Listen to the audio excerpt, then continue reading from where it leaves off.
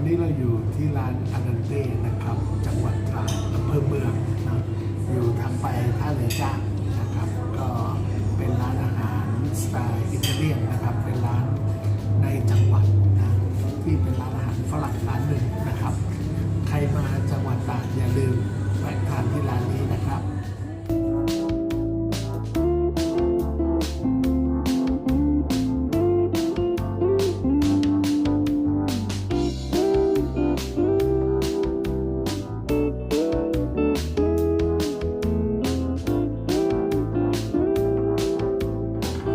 อันนี้อะไรนะครับ เป็นซุปผักรวม อ๋อซุปผักรวม หอมจัง อ๋อในเนื้อวากิว นี่เป็นเครื่อง นี่ครับ เคียงนะคะ ครับในเนื้อวากิวมีพอกช็อปอันนี้เป็นพวกมันนะแล้วก็มี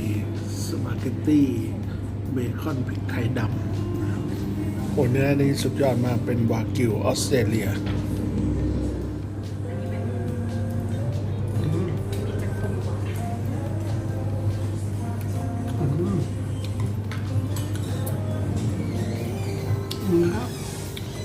อร่อยมากๆนุ่มรสชาติดีมากๆครับ